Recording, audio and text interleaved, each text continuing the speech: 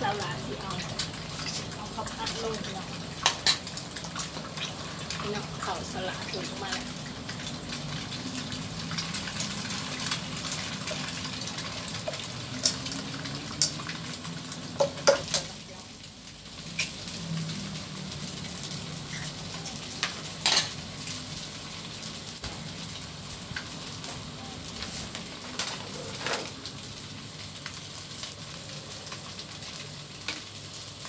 อยู่ในสลัด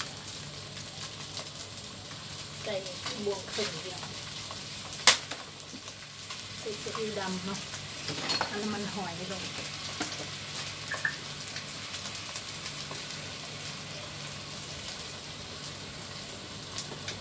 ใส่บวงเลยมันหอม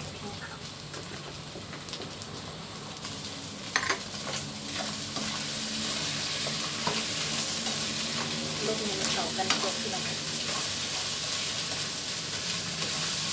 สลัดแดด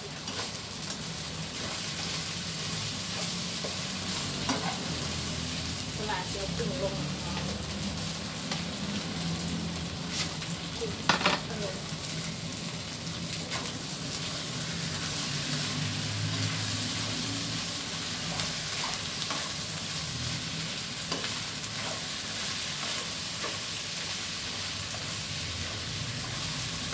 สลัดบริสุทธิ์ตึงลงไปเดียวสาลีลงกับผักหอมเนาะ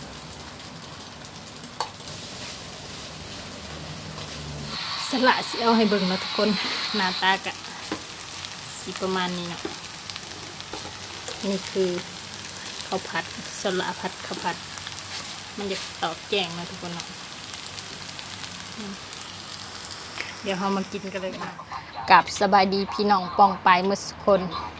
มาพี่น้องมากินข้าวผัดน้ำสลัดเนาะมันเนาะหลังจากที่สละเห็ดแล้วเนาะสละเห็ดข้าวผัดกินพี่น้องมานี่มาพี่น้องยับขาซ้ายใหญ่ขาขวามามันลงมือเลยได้พี่น้องเอ้ยข้าวผัดกุ้งเนาะพี่น้องข้าวผัดทะเลสละเห็ดกินเองเนาะใส่แจ่วก่อนจักหน่อยพี่น้องแจ่วเผ็ดเด่นมาเด้อพี่น้องเอ้ยนี่เนาะ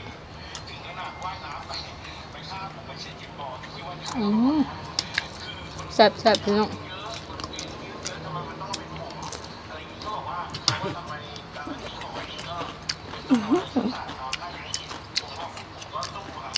แซ่บเลยพี่น้องเอ้ย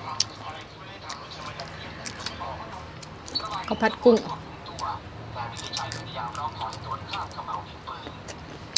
ตัวบางอย่างพี่น้อง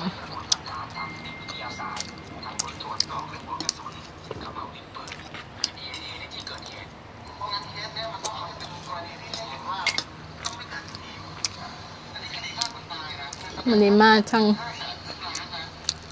กะหรี่จักหน่อยกินพวกผัดพวกจืดมาพี่น้องแต่ก็บ่ลืมอาหารอีสานบ้านเฮาเลยพี่น้อง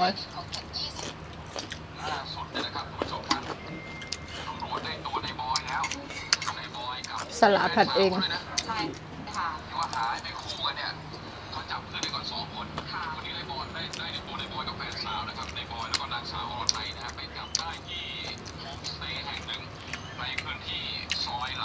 ใส่มักสลีนำ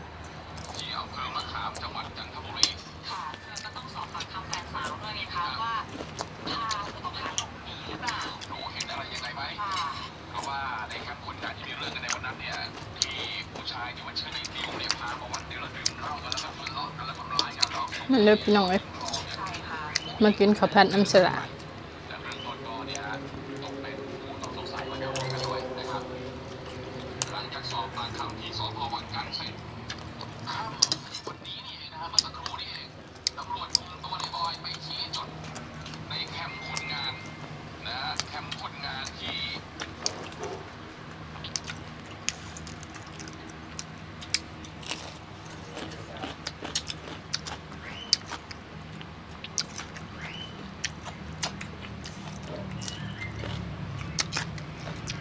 มันกับหมึกแดง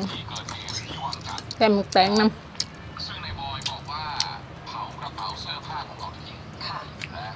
ซ่บเลยพี่น้อง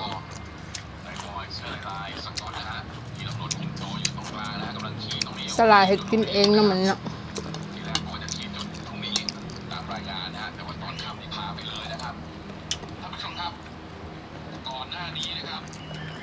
เราได้ไปคุยกับทางคนในพื้นที่นะฮะในพื้นที่โซนผลไม้แห่งหนึ่งนะครับที่อำเภอมะขามจังหวัดจันทบุรีที่ได้บอยกับแฟนสาวก็คืออรไทยเนี่ยหนีมาหลบซ่อนตัวอยู่ชาวบ้านบอกว่า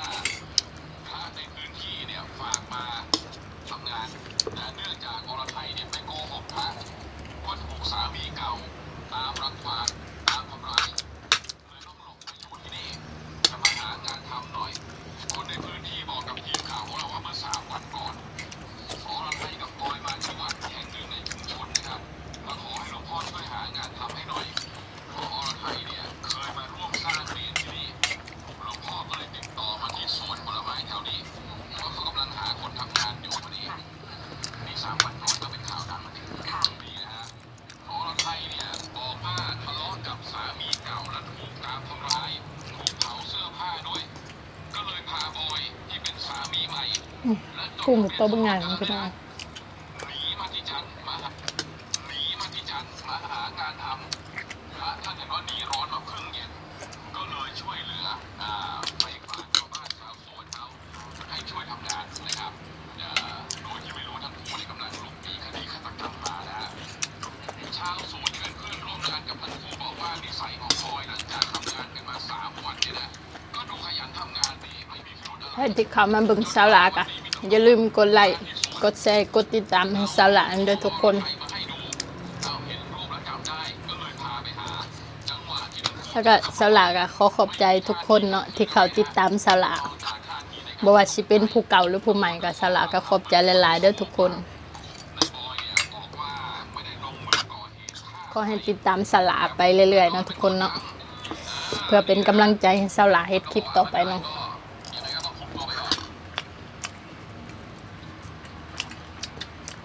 นะทุกคนมาในสาระกะสิได้จบคลิปเพียงเท่านี้นะขอขอบใจทุกคนนะที่เขาติดตามสาระ